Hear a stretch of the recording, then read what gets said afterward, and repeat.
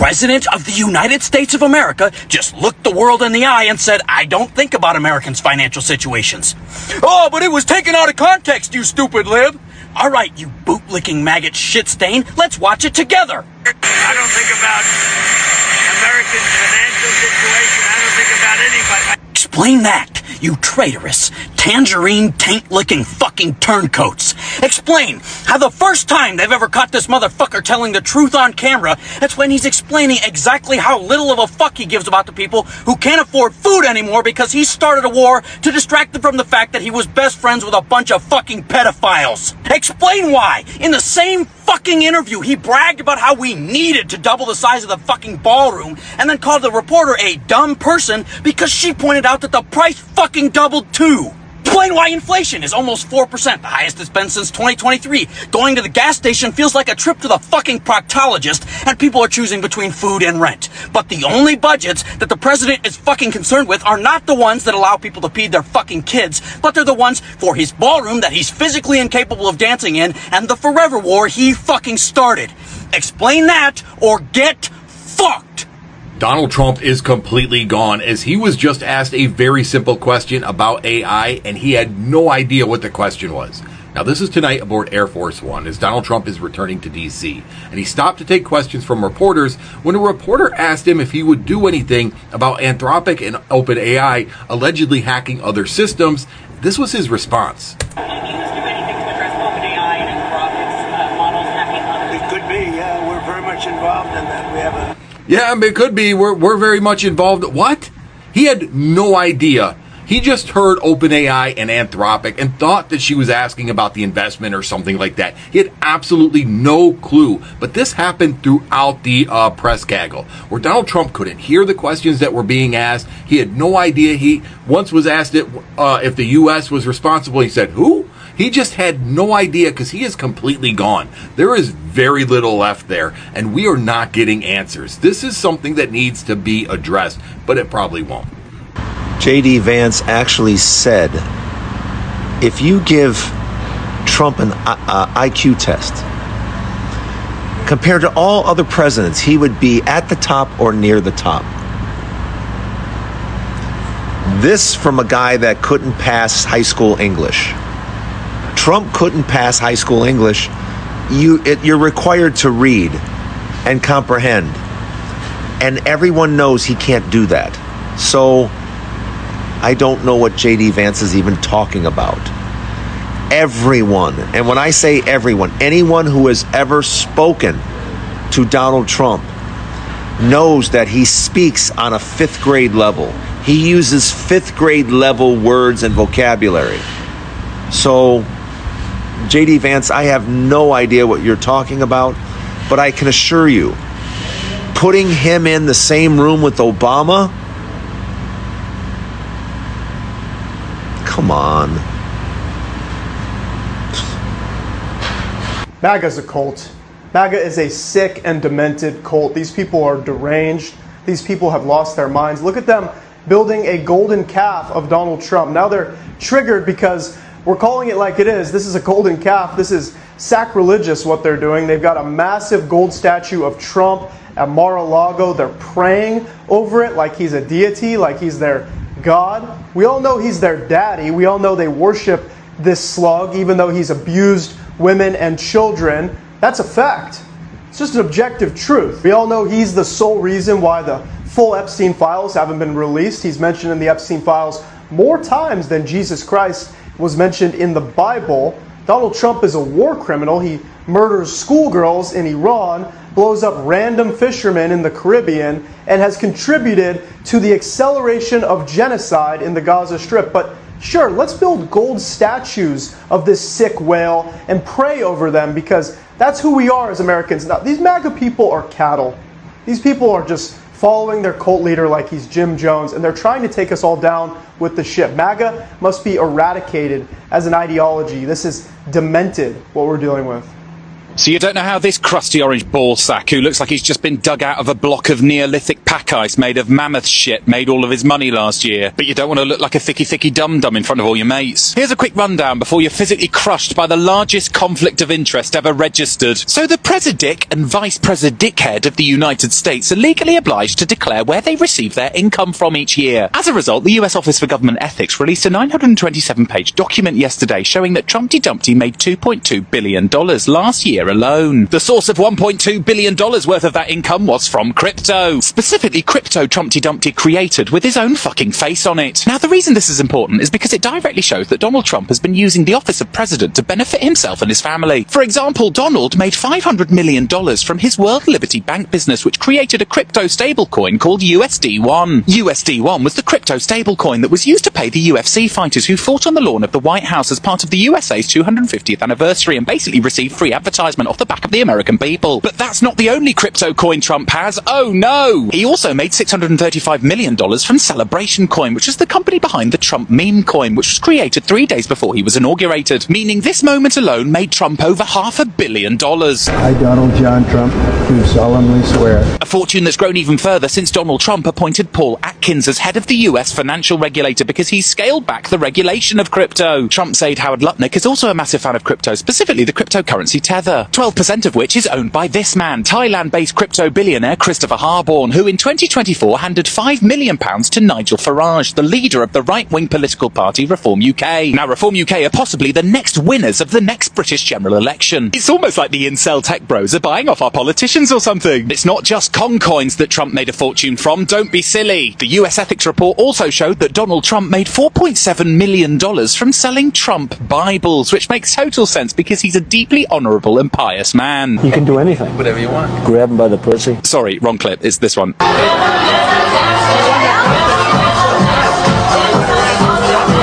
Sorry, wrong clip again. Yep, pictures will do. He's a deeply honourable and pious man. Trump cologne, sneakers and watches were also big sellers. You'd look like a super cool dude wearing this stuff. Anyway, to put into perspective how many places Trumpty Dumpty gets his money from, the US ethics report was, as I said, 927 pages long. Joe Biden's was 11. All right, I'm past confused. I'm pissed. What kind of hellish reality are we living in? The President of the United States gets on social media talking about the war with Iran. Iran fires back with the complete opposite story, and I'm sitting here as an American, a veteran, wondering if I fucking trust them more than my own president. Do you understand how fucking insane that is? We're talking about a regime that's backed terrorism for decades, that's threatened to wipe our allies off the map, and somehow the guy sitting in the Oval Office has torched his credibility so badly that people are second-guessing him instead. It doesn't happen by accident. It's what happens when you fucking lie about everything. Big things, small things, stupid things, things that don't even fucking matter, over and over again, until the truth doesn't mean a damn thing coming out of your mouth. And now, when something actually matters, like war, people don't even fucking know what's real anymore. And it's not embarrassing, it's dangerous as hell. Because credibility isn't some extra feature of leadership. It's the whole damn foundation. And if the commander-in-chief can't be trusted in a moment like this, then what exactly are we supposed to fucking stand on? Blind faith? Party loyalty? Vibes? Fuck no. That's how countries make catastrophic mistakes. I've never thought I'd see the day where Americans are looking at a hostile foreign government and going, yeah, but are they the ones telling the truth this time? That should shake you to your fucking core. This ain't left versus right anymore. It's about whether the United States can even trust its own leadership when it matters the most. And right now, that truth is hanging on by a damn thread. If there was any doubt that the US and Israel are trying to spread this war to 3 continents, Asia, Africa, and Europe, that should be put to bed by the last 24 hours. Yesterday, 60,000 refugees crossed from Morocco into Ceuta, which is an autonomous city that is technically a part of Spain. And Ceuta is at the opposite end of Spain at the narrowest point of the Strait of Gibraltar, which controls a large portion of trade that goes through the old world. It just so happens to be one of the ideal locations that someone would pick if they wanted to blockade the blockade that Iran has in the Strait of Hormuz. Now, the New York Times spoke to several of these refugees, 2/3 of whom have already returned to Morocco, and found that many of them said they were being encouraged to invade the city by Moroccan authorities. Why would Morocco do such a thing? Let's try to remember that the U.S. is one of the only countries, alongside Israel, that recognizes Morocco's illegal occupation of Western Sahara.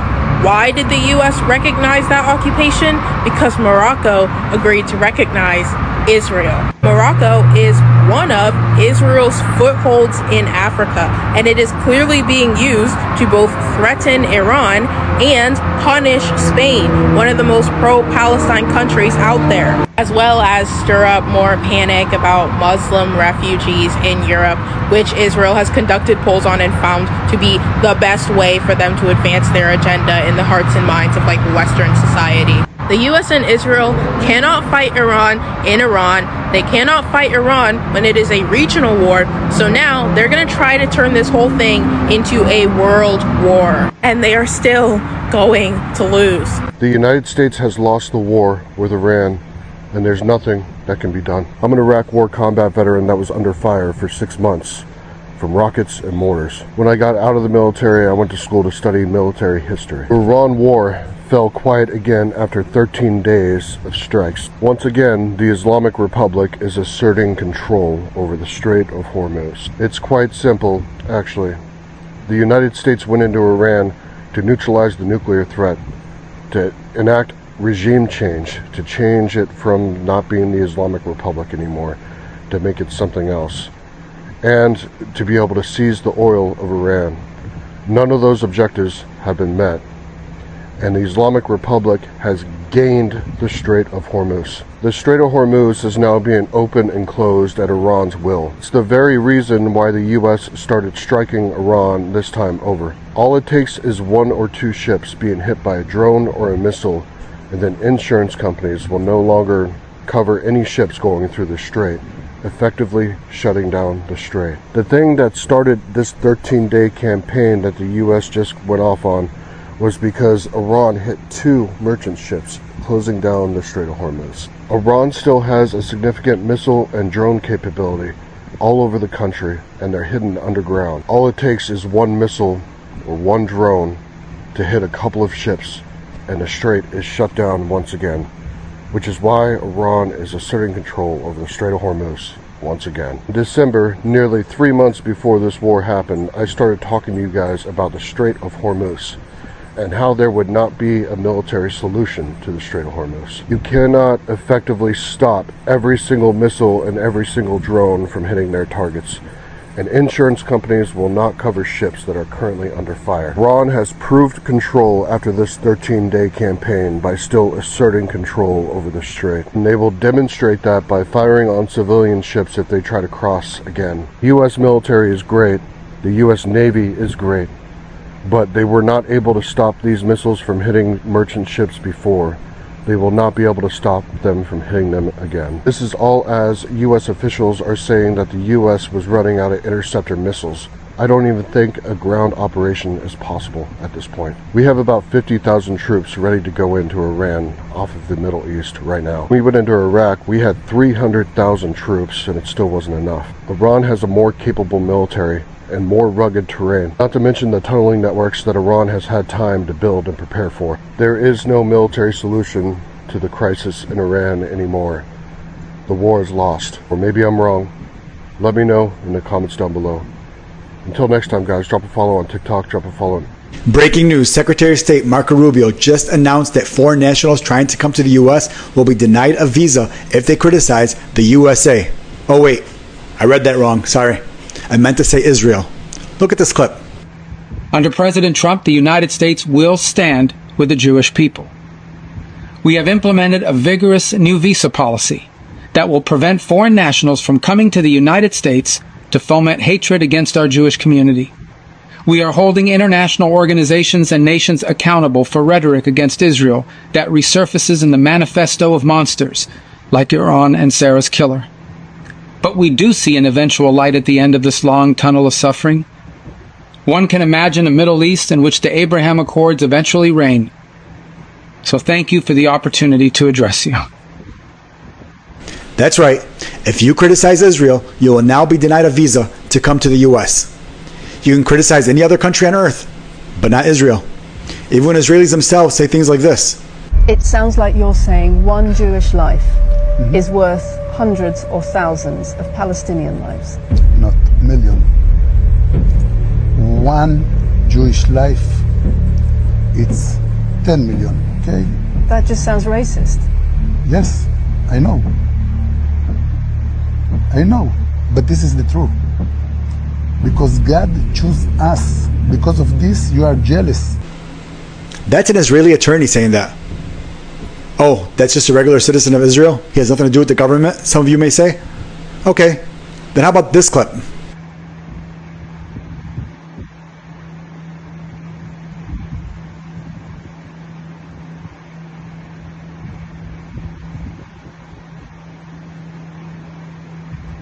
That's IDF soldiers launching grenades indiscriminately over a concrete barrier, launching grenades at civilians.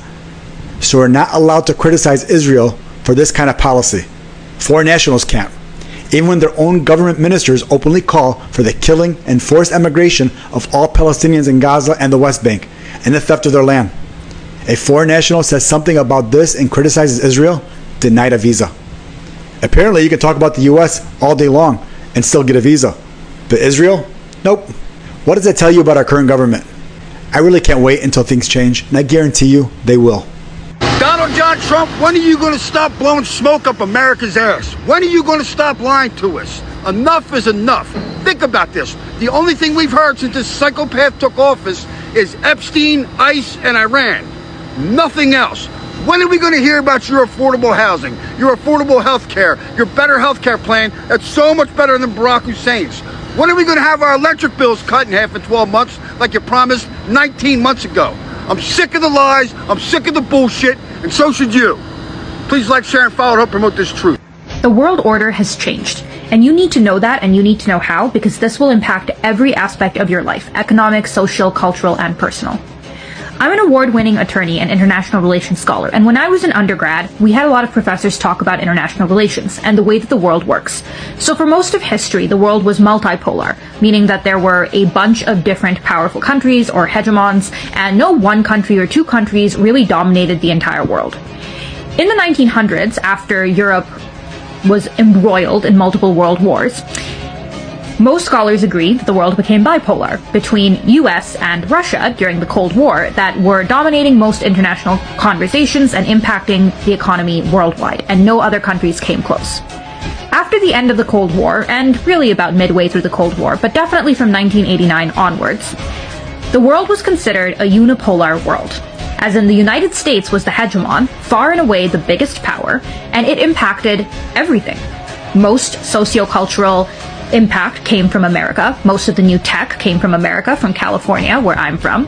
American capitalism and globalization and standards of free trade took over the world. The American Navy kept the high seas free for free trade globally. American standards of the economy were everywhere, and other rising nations really started pegging their success to the US dollar, or their currencies to the US dollar.